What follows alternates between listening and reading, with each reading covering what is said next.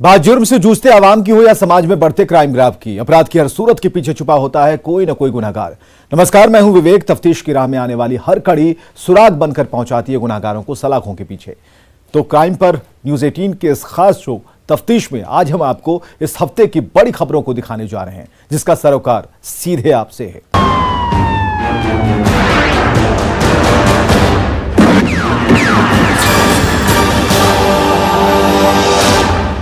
29 अप्रैल को सीएसपी संचालक से लूट मामले का पालीगंज थाने की पुलिस ने 5 दिन में खुलासा कर दिया। 5 लुटेरे जेल की सेल में पहुंचा दिए गए, वो भी सिर्फ बाइक के नंबर से। रिपोर्ट देखिए। लूटकांड का खुला राज, पुलिस ने 5 को किया गिरफ्तार। पिछले 5 दिनों से चल रहे थे फरार।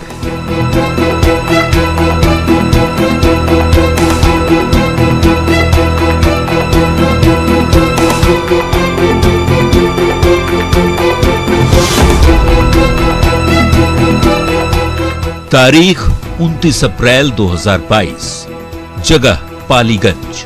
यही वो तारीख है जिस दिन बेखौफ और बेलगाम लुटेरों ने पुलिस की गश्ती और चुस्ती को चुनौती देते हुए दिन दहाड़े सीएसपी संचालक धनंजय कुमार से 2,81,000 रुपए की लूट की थी।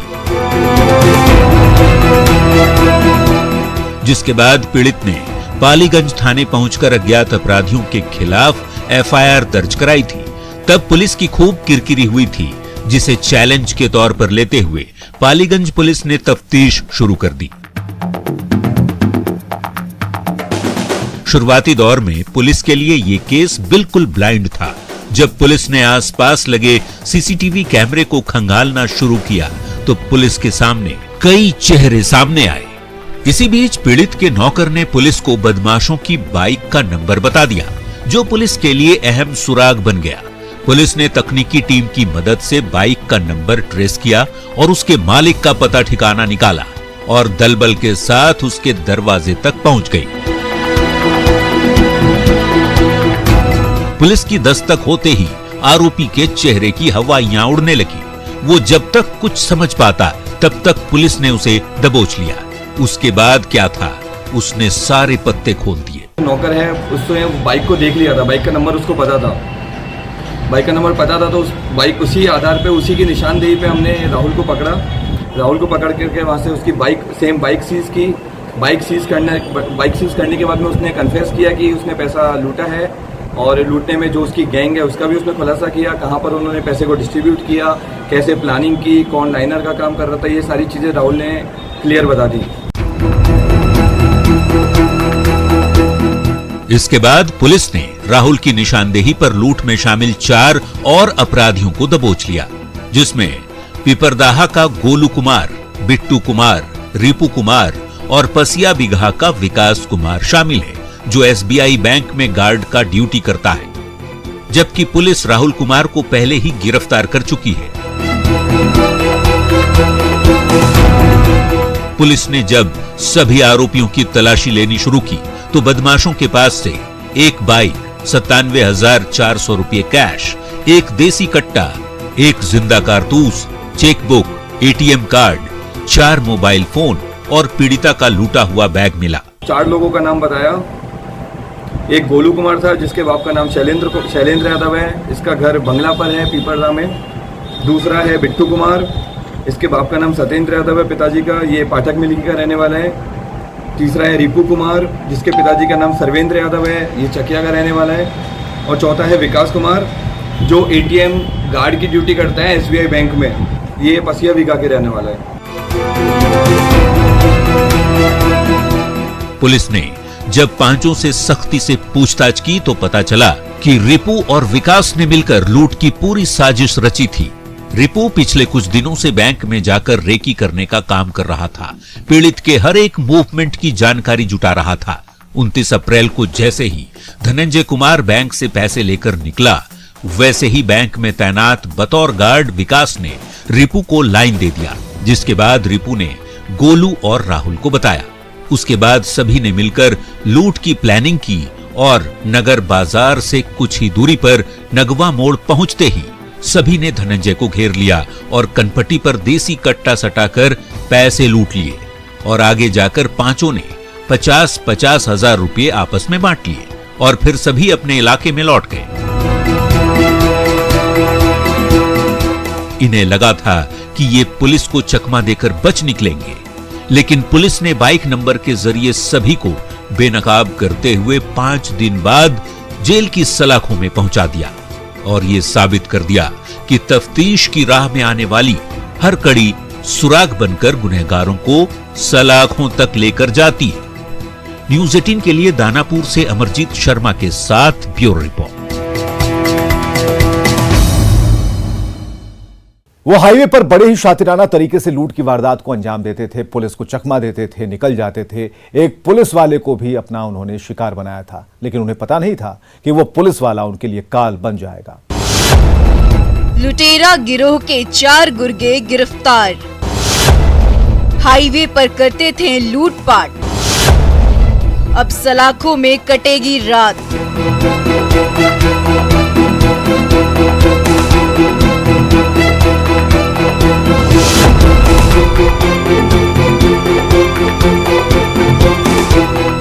हाथों में हथकड़ी लिए पटना सिटी के आलमगंज थाने की पुलिस कस्टडी में दिख रहे ये चारों हाईवे गैंग के लुटेरे हैं, जिसे पुलिस ने छापेमारी के दौरान गिरफ्तार किया है, जो राहगीरों को लूटने का काम करते थे। ये इतने बेखौफ हैं कि खाकी को चुनौती देते हुए पुलिस वालों को ही अपना शिकार बना लिया और लूट भी लिया।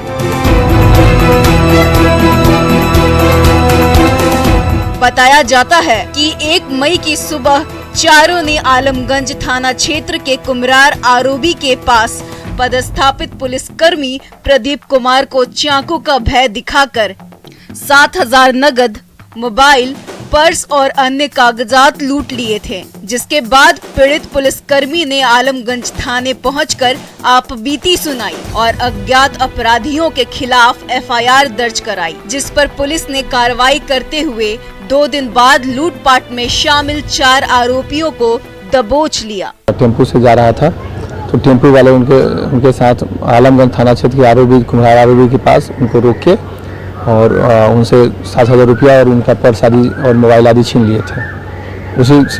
उसी मामले में 4 लोगों की गिरफ्तारी हुई है। कहाँ से गिरफ्तारी? 2 लोग तो वहीं से गिरफ्तार किया गया आरोपी के ऊपर से, और 2 लोग उनके फिर घर पर जाकर गिरफ्तार किया।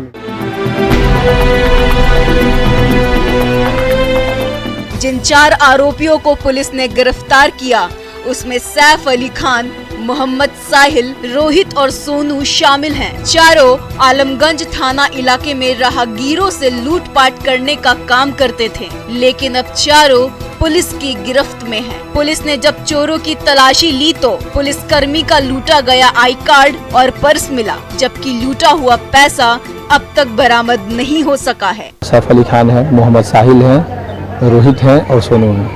का पेशेवर अपराधी है? हाँ, अभी अपराध हम लोग उनका आपराधिक इतिहास देख रहे हैं। 2 लोग तो पूर्व में जेल गए हैं, अभी तक पता चला, बाकी का भी हम देख रहे हैं।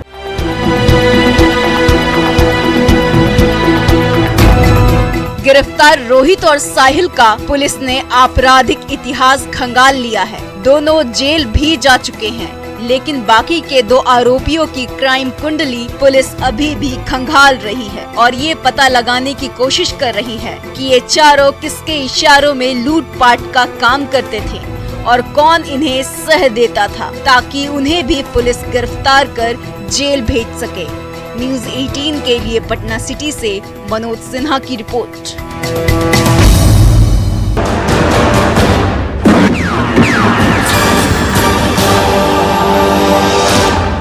ब्रेक के बाद एक बार फिर से आपका स्वागत है।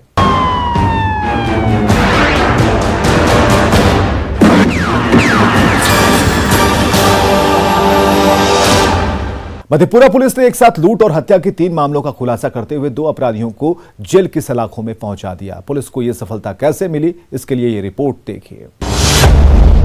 बदमाशों की साजिश नाकाम, जिले के 2 कुख्यात गिरफ्तार, लूट और हत्या में चल रहे थे फरार।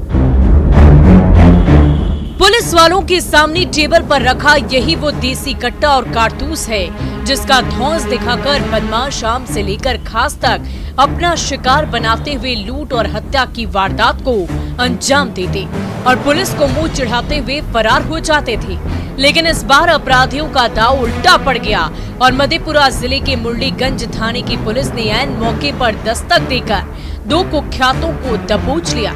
देखिए, पुलिस कस्टडी में खड़े यही वो दोनों कुख्यात है जिन्हें पुलिस ने दबोचा है।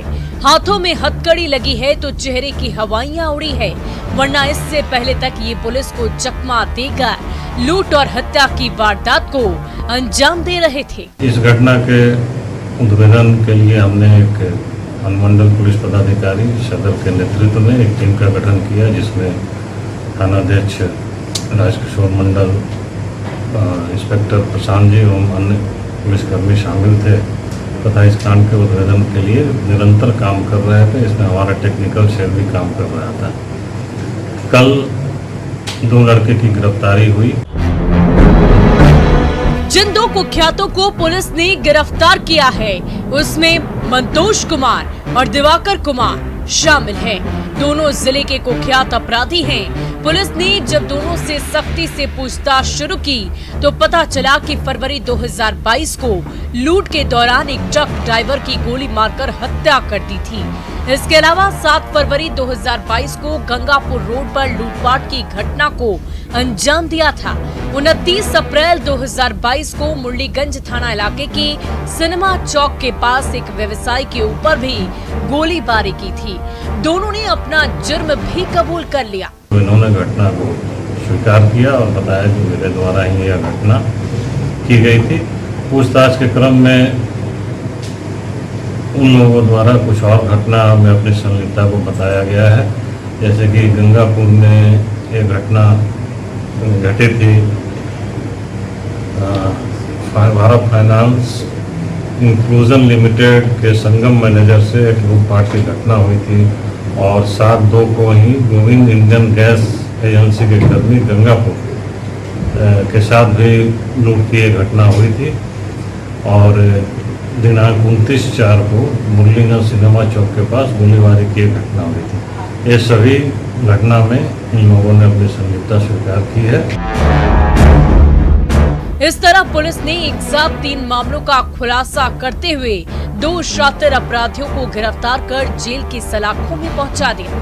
साथ ही साथ पूछताछ में कुछ अपराधियों के नाम सामने आए हैं जिनकी गिरफ्तारी को लेकर पुलिस जाल बिछा रही है और जल्द से जल्द गिरफ्तारी का दावा कर रही है। ऐसे में अब देखने वाली बात ये होगी कि पुलिस बाकी के आरोपियों को कब तक गिरफ्तार करती है। न्यूज़ 18 के लिए मधेपुरा से तुरबसु की रिपोर्ट।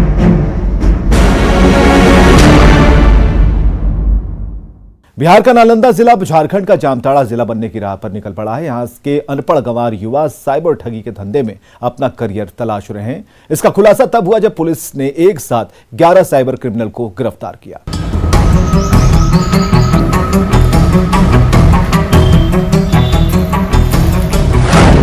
नालंदा बना दूसरा जामताड़ा।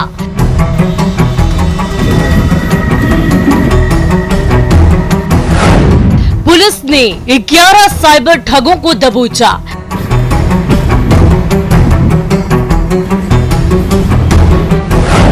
जामताड़ा वाले स्टाइल में करते थे ठगी।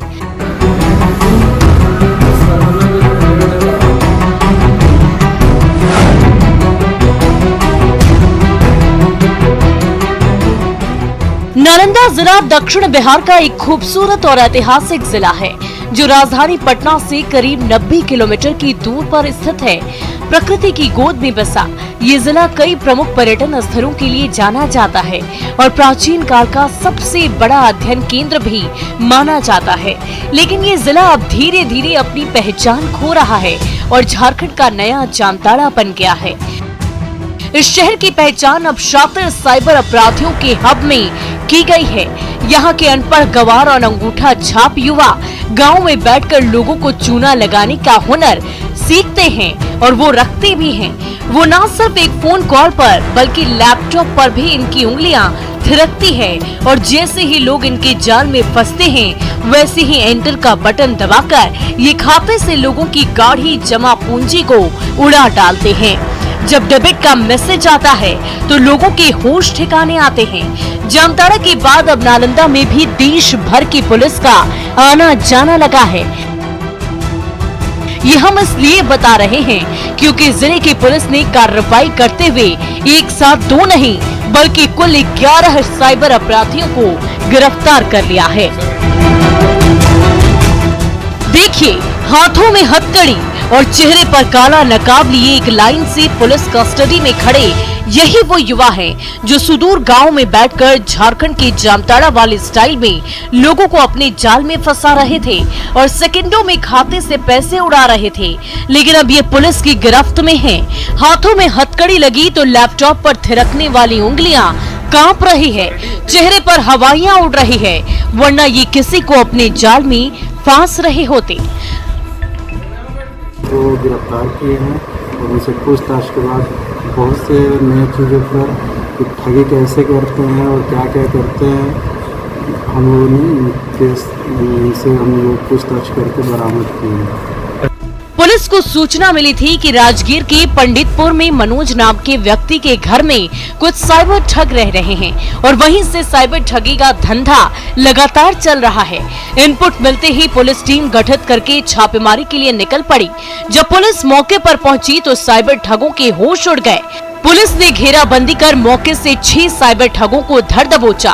पुलिस ने जब घर की तलाशी लेनी शुरू की तो 2,62,000 रुपए cash, 14 ATM card, 4 bike, 1 car और 22 मोबाइल फोन मिला।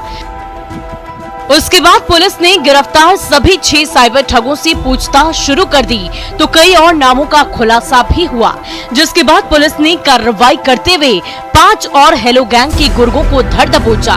उसके बाद पुलिस ने फिर से सभी 11 अपराधियों से पूछताछ शुरू की तो पता चला कि राहुल कुमार इस पूरे ठग गैंग का सरगना है।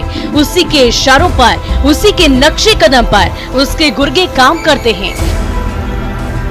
1/5/2022 को पुलिस अधीक्षक महोदय नालंदा के द्वारा सुबह 9 बजे हम लोग को सूचना मिली कि ठाकुर स्थान में कोई मनोज कुमार नाम के एक व्यक्ति हैं, उनके घर में कुछ साइबर ठग रहते हैं, उनके जा करके आप लोग वेरीफाई किए।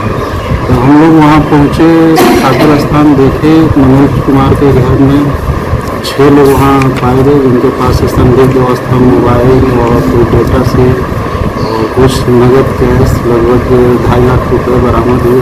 अभी तक हमारे पास लगभग 2,62,000 रुपये बरामद हुए हैं। 14 एटीएम है, 4 बाइक है, 1 कार बरामद किए हैं और भी कई इन लोगों से जानकारी मिली है जो साइबर ठगी के माध्यम से बहुत से संपत्ति अर्जित की हैं, जिनके हम लोग इंक्वायरी अभी कर रहे हैं। अब पुलिस साइबर ठगों के पास से जब्त मोबाइल फोन का कॉल डिटेल्स खंगाल रही है और ये पता लगाने की कोशिश कर रही है कि ये साइबर